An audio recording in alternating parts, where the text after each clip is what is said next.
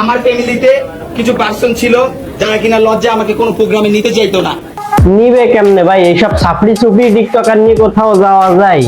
সঠিক বলেছেন। একটা ইভেন্ট যখন হয়েছিল বিয়ের গায়ের হলুদ, আমি বলছি যে আমিও যাবো, তুই তোর জন্য আমি খাবার পার্সেল করে নিয়ে আসবো। একটা সাপড়ি টিকটকারে এতটা বেইজ্জতি করা হয় কেন?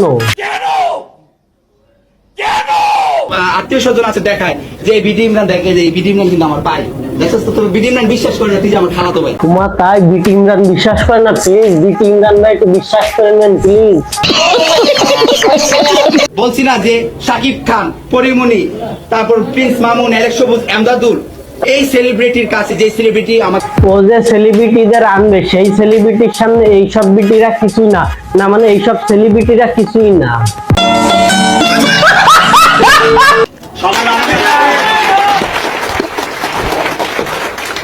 সবাই হাতে তালি দিন, কেন জানি আজকে আমার খুব স্যান্ডিখার কথা মনে পড়তেছে।